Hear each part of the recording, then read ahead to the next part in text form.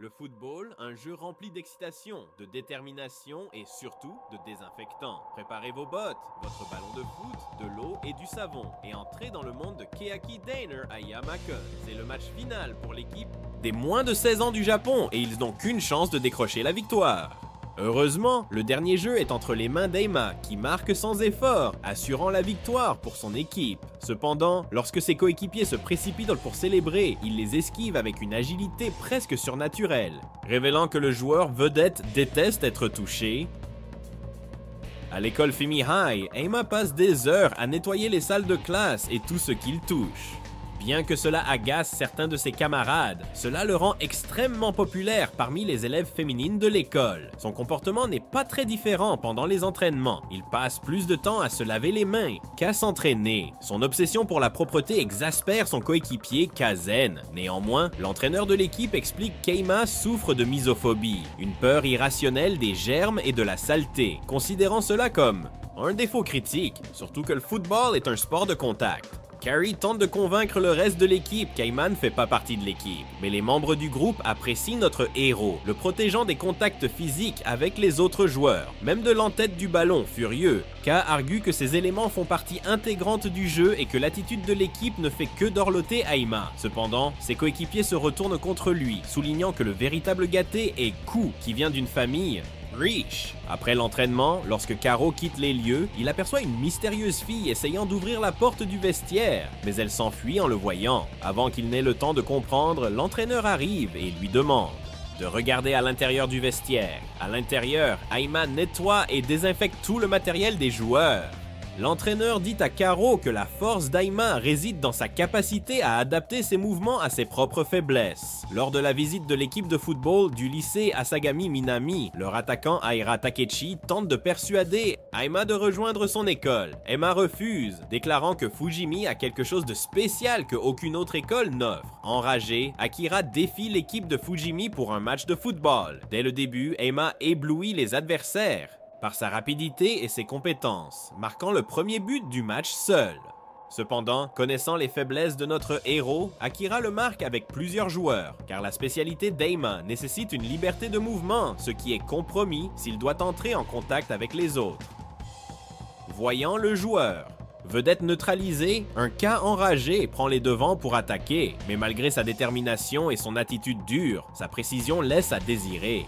Pour aggraver les choses, il commence à pleuvoir, poussant Eima à refuser de bouger, de peur de se salir. Néanmoins, Kuz le gronde, incitant le jeune talent à surmonter momentanément sa peur et à contribuer à marquer le but décisif, gagnant ainsi le respect de son ancien rival. À la fin de la journée, Eima nettoie les toilettes de l'école, révélant que ce qui rend l'Académie Fimi spéciale est quelque chose que les autres écoles n'ont pas. Ce sont les bidets intégrés dans les toilettes. Une jeune fille se souvient de l'époque où, à l'école primaire, elle était toujours attirée par Eima, mais sa personnalité timide l'empêchait de lui parler, à l'exception d'une fois où ils ont échangé quelques mots. Aujourd'hui, les fans d'Eima deviennent une nuisance, envahissant le terrain et perturbant les séances d'entraînement normales. Il n'est donc pas surprenant que Ku soit souvent vu en train de les éloigner après l'entraînement.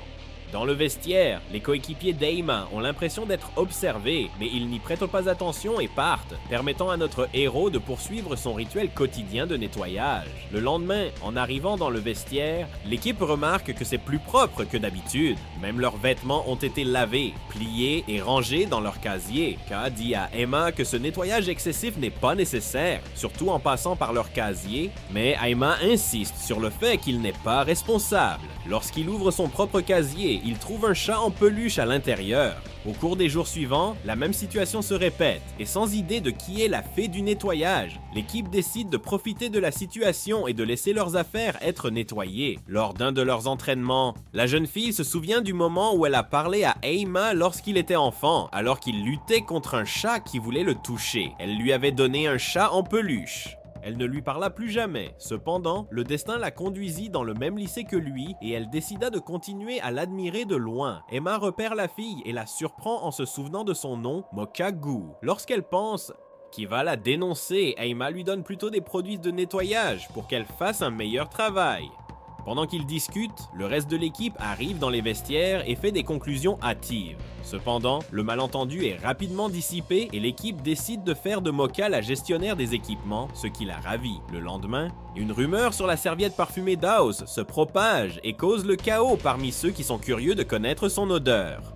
Mocha prend des mesures drastiques pour protéger la serviette de son idole en la gardant avec une batte de baseball à pic. Cependant, la rumeur attire beaucoup de monde qui se battent pour obtenir une serviette de notre héros, obligeant Karo à disperser la foule. Plus tard, un accident amène Ku à sentir la serviette, seulement pour être surpris en flagrant délit par Aima. En se rendant à l'école, les coéquipiers d'Aima discutent du fait que, pour éviter tout contact avec les gens, il ne prend jamais le train et utilise seulement son vélo. Cela pourrait compliquer leur prochain voyage pour jouer contre l'Académie Tana. À leur insu, une mystérieuse jeune fille entend leur conversation et prépare un complot. La veille du match contre Tana, l'équipe se réunit pour manger dans un restaurant. Malgré sa réticence à les rejoindre à cause de la pluie, Aima est forcée de dîner avec eux au café. Aima continue ses rituels habituels, refusant même de manger le hamburger qui lui est servi. Akira arrive au restaurant et informe ses coéquipiers qu'Aima ne mange jamais de nourriture qu'il n'a pas préparée lui-même, sous-entendant qu'ils ne sont pas dignes de sa compagnie. Cela met Ku en colère, qui lui dit d'arrêter d'espionner leurs entraînements. Cependant, Akira répond de manière arrogante que ce n'est qu'une question de temps avant qu'Aima ne les quitte pour une meilleure équipe.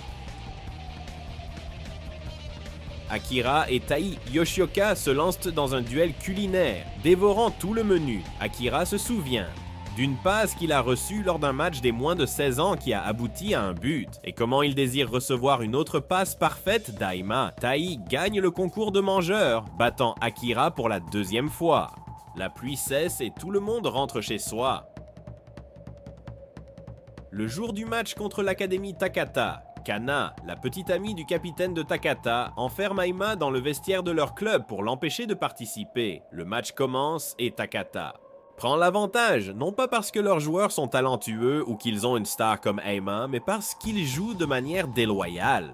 Mocha retrouve Aima et le libère, lui permettant de participer dans les dernières minutes du match. Bien qu'il réussisse à égaliser, un des joueurs de Takata frappe notre héros au sol, couvert de terre. Aima se laisse distraire et Takata reprend l'avantage. Cependant, Aima se ressaisit soudainement et marque le but final, déclarant qu'en détestant la saleté, il déteste encore plus ceux qui jouent de manière déloyale. Timmy émerge victorieux, et bien que Takata ait été défait, ils ont maintenant un vestiaire impeccable grâce à Aima. Cheyenne Narita partage une obsession pour le nettoyage avec son camarade de classe Aima, mais garde cela secret, le considérant comme une honte, contrairement à Aima qui ne peut s'empêcher de le montrer. Cheyenne passe ses journées immergées dans des jeux en ligne pour éviter le contact physique avec les gens. Chaque matin, Cheyenne arrive tôt à l'école pour nettoyer son bureau et profiter de quelques moments de solitude avant que la classe ne soit remplie de ses camarades et de leurs germes. Contrairement à Aima, cependant, il souffre en silence. Pendant un cours d'économie domestique, Aima excelle grâce à sa rapidité et sa coordination, préparant des plats délicieux en un temps record, ce qui attire l'odeur des aliments et fait venir plus d'étudiants. Mais il n'y en a pas assez pour tout le monde, ce qui pousse Cheyenne à aussi préparer des délices exquises. Plus de gens arrivent, et Cheyenne et Aima se retrouvent à cuisiner davantage. Cheyenne et Alima, deux passionnés de cuisine, se retrouvent dans une compétition culinaire impromptue. Leurs talents respectifs sont alimentés par une obsession commune, ne manger que des plats qu'ils ont eux-mêmes préparés. Cette contrainte les pousse à perfectionner leurs compétences culinaires. Fatigué de cette rivalité, Cheyenne demande à Alima de lui enseigner comment préparer un latte comme le sien, et les deux deviennent amis. Plus tard, dans le monde virtuel, un nouveau joueur rejoint le groupe de jeu de Cheyenne. Bien qu'il ne puisse pas identifier l'identité réelle du joueur, certains comportements lui rappellent son camarade de classe. Le lendemain, Cheyenne remarque un porte-clés officiel du jeu en ligne sur le sac à dos de Oa, ce qui le pousse à suspecter que le joueur de football pourrait être le nouveau membre de son groupe en ligne. Cependant, il hésite à demander directement et préfère chercher des indices. Son enquête est perturbée lorsqu'un uniforme de gymnastique d'un camarade de classe disparaît, tous sauf Alima étant considérés comme suspects. Après avoir examiné les données, Cheyenne devient le principal suspect. Pris de panique et entouré de camarades, il agit de manière encore plus suspecte et décide de fuir, mais est rapidement attrapé et plaqué au sol. Juste avant que son visage ne touche le sol, Alima intervient avec l'uniforme manquant, dissipant la confusion. Il s'avère que son propriétaire l'avait accidentellement trié dans une autre salle de classe. Reconnaissant la nature de Cheyenne, Alima lui offre la possibilité de déclarer sa misophobie à la classe, mais Cheyenne refuse. Il découvre également que le joueur de football est effectivement le nouveau membre de son groupe en ligne. Surpris, il constate que dans le monde en ligne, où il se sent moins contraint, le personnage d'Alima est en réalité assez désordonné, contrastant avec sa personnalité dans le monde réel. Le lendemain, Cheyenne aide Alima à nettoyer la salle de classe, consolidant ainsi leur nouvelle amitié et compréhension mutuelle. Jean Tsukamoto est le clown de l'équipe, connu pour ses tours avec ses fesses, plutôt que pour marquer des buts. Son principal objectif est d'apporter de la joie aux gens. Cependant, cela ne le définit pas entièrement, car l'entraîneur compte sur lui pour maintenir le moral de l'équipe. Pendant ce temps, Ka est choqué de découvrir que même le capitaine de l'équipe est membre du fan club d'Alima, motivé par l'enthousiasme de sa petite amie pour Alima. Le prochain match de Fujimi est contre Manam Pokuhai. À leur arrivée, l'équipe est de bonne humeur et Jean les divertit jusqu'à ce qu'un ballon le frappe accidentellement au visage. Le ballon a été frappé par Ryo Katamatsu, le capitaine de Fokyu, qui s'excuse. Cependant, sa présence perturbe visiblement John Collins' Dictionary au début du match. Fujimi prend rapidement l'avantage grâce à Alima. Néanmoins, un spectateur remarque que malgré les compétences d'Alima, le football est un sport d'équipe et une erreur de n'importe quel autre membre pourrait leur coûter cher, forçant potentiellement Alima à quitter l'école qu'il aime. Réalisation de cela, Ryo cible le reste de l'équipe au lieu d'Alima. Identifiant Jean comme le maillon le plus faible, il marque 2 buts en exploitant la paralysie de Jean chaque fois qu'il l'affronte. Pendant la mi-temps, Jean se cache dans les toilettes, entendant des membres de l'équipe adverse se moquer de lui pour avoir été intimidé par Ryo dans leur ancienne école, ce qui cause sa paralysie. Jean craint d'être remplacé en seconde mi-temps. Ses amis Tai et Kazuma entendent cela, ainsi qu'Alima qui nettoyait les toilettes. La seconde mi-temps commence et Jean est surpris de constater qu'il n'a pas été remplacé. Ses amis avaient demandé à l'entraîneur de le garder. Reconnaissant la loyauté de leur équipe, Ryo tente à nouveau de surpasser Jean, mais ce dernier se souvient de la manière dont Ryo le tourmentait à l'école chaque fois qu'il essayait de faire rire les gens, ce qui le faisait se figer de peur. Cependant, réalisant que les tactiques de Ryo se concentrent sur le dépassement de Jean, ses coéquipiers se préparent et montent une défense autour de lui. Ce soutien aide Jean à retrouver confiance et Alima lui passe même le ballon pour qu'il marque. Cela lui vaut l'affection de ses coéquipiers qui espèrent le voir, ainsi que Mocha devenir un couple. Après que Mocha et Yumiya aient nettoyé une fontaine, Aima décide de la nettoyer lui-même. Mocha, gêné, se cache, et Yumiya lui demande quand elle est tombée amoureuse d'Aima. Mocha répond que cela s'est simplement fait, ce à quoi Yumiya répond avec compassion qu'il fera tout ce qu'il peut pour la rendre heureuse, même si cela signifie être avec Aima. Yumiya invite Aima et Mocha au zoo, ce que ses coéquipiers perçoivent comme une stratégie pour qu'Aima rejette Mocha, permettant ainsi à Yumiya d'intervenir. Il décide d'intervenir le jour de la sortie. Yumiya n'a des yeux que pour Mocha, Mocha n'a des yeux que pour Aima et Aima est juste excitée de voir les animaux. Yumiya encourage Mocha à parler à Aima, mais elle hésite. Dans l'exposition des chats, il rencontre Mu, un autre amoureux des chats qui se joint à leur groupe. Frustré de devoir rivaliser avec Mu, Mocha se sent vaincu. Cependant, lorsque 2 étrangers menacent le groupe et poussent Yumiya au sol, Mocha se prépare à défendre Aima avec sa batte de baseball, mais Mu intervient en premier, repoussant les hommes et permettant au groupe de s'échapper. Pour terminer leur visite au zoo, le groupe décide de faire une balade en bateau sur le lac. Mio et un ami nourrissent les poissons pendant qu'Aima et Mocha partagent un bateau, concluant ainsi leur journée ensemble. L'ami de Mio remarque l'affection de Yumiya pour Mocha et lui demande pourquoi il l'encourage à être avec Aima. Yumiya répond qu'il le fait pour le bonheur de Mocha et que sa patience et sa discipline lui permettent d'attendre. Après avoir regardé un épisode de son anime préféré, Miwa, l'entraîneur de l'équipe de football, invite l'équipe à un camp d'entraînement. Le groupe décide d'utiliser une propriété appartenant à la famille de Kara. Bien qu'initialement Aima choisisse de ne pas participer, cette nuit-là, au manoir, le père de Kara remet en question la nécessité d'un camp d'entraînement, suggérant d'utiliser ses connexions politiques pour modifier les règles du jeu en faveur de son fils. Cependant, leur conversation est interrompue par la sœur cadette de Kara, Karen, qui est choyée par son père. Cette scène le convainc non seulement de permettre le camp, mais aussi d'utiliser ses contacts pour inviter d'autres équipes et même une équipe de tournage, déplaçant essentiellement toute l'école. Malgré ses réticences initiales, Aan rejoint l'équipe après avoir soigneusement désinfecté le bus lui-même. À son arrivée au complexe de vacances K, Emma est logée dans une suite privée équipée d'un purificateur d'air, tandis que, sur demande de K, le reste de l'équipe séjourne ensemble dans une chambre traditionnelle sur la plage. Alors que, toutes les équipes jouent au football sur le sable, Emma refuse de s'y aventurer. Cependant, lorsque le capitaine de l'équipe se blesse, l'entraîneur invite Mocha à le remplacer, ayant remarqué qu'elle s'entraînait en secret. Mocha fait preuve de compétences impressionnantes, esquivant tous les adversaires et surmontant même des blessures. Finalement, elle affronte Emma, l'esquive momentanément, mais il la tacle et elle se blesse à nouveau. Emma, qui méprise le jeu déloyal, est mécontent mais reconnaît ses compétences d'esquive. Lors d'un exercice de natation, le groupe découvre que le complexe est en réalité un dôme créé par la famille de K pour améliorer ses opportunités d'entraînement. L'équipe se détend autour d'un dîner préparé par Emma, puis profite d'une maison hantée qu'Emma nettoie soigneusement après.